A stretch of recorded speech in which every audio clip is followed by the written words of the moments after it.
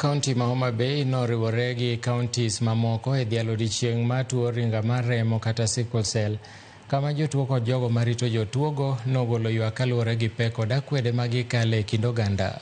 Moko kuom jotuo manoloso e nyasino manobagi e osiptal manyal Kinyi e kar chung' od bura ma Homabay Town oywago nok mag yedhe magayo tuono magiwacho ni nok kendo chuno mondo migiti kod pesa mathoth ka ging'iewo yedhego.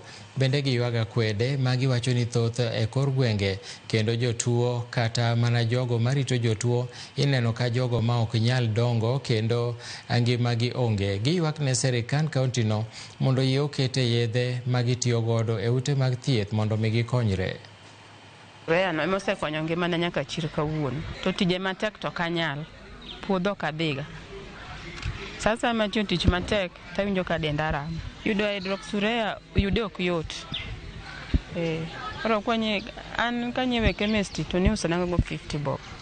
Koro ma ng'ato nong'ado na rieko nadhiga ka Virondo. Koro yudo 50 bob no.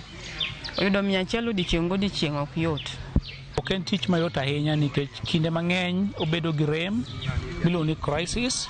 Kinde mang'eny iyudo ka ngimane bedo matek nikech nyathi ma jamidekre. Koro gima duong' matimoga ni kaka caregiver atemo monitor to nyathini kinde ka kinde be entie kod pi maber monyalo modho kata kodhi skul. So we are calling out for the county and other partners to ensure that this drug is available in most of these facilities to ensure that patients are able to access this medication. Of course, there are various other treatments that are given that are really helpful in preventing complications, and these are malaria drugs that prevent malaria infections. We have vaccines. As you know, sickle cell disease patients are prone to infections.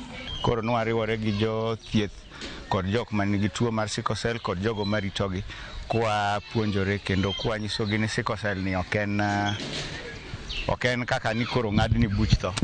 Kaka kaluo wakao ng'enye kama but nam koro nyabedo e dho nam mar Victoria kaka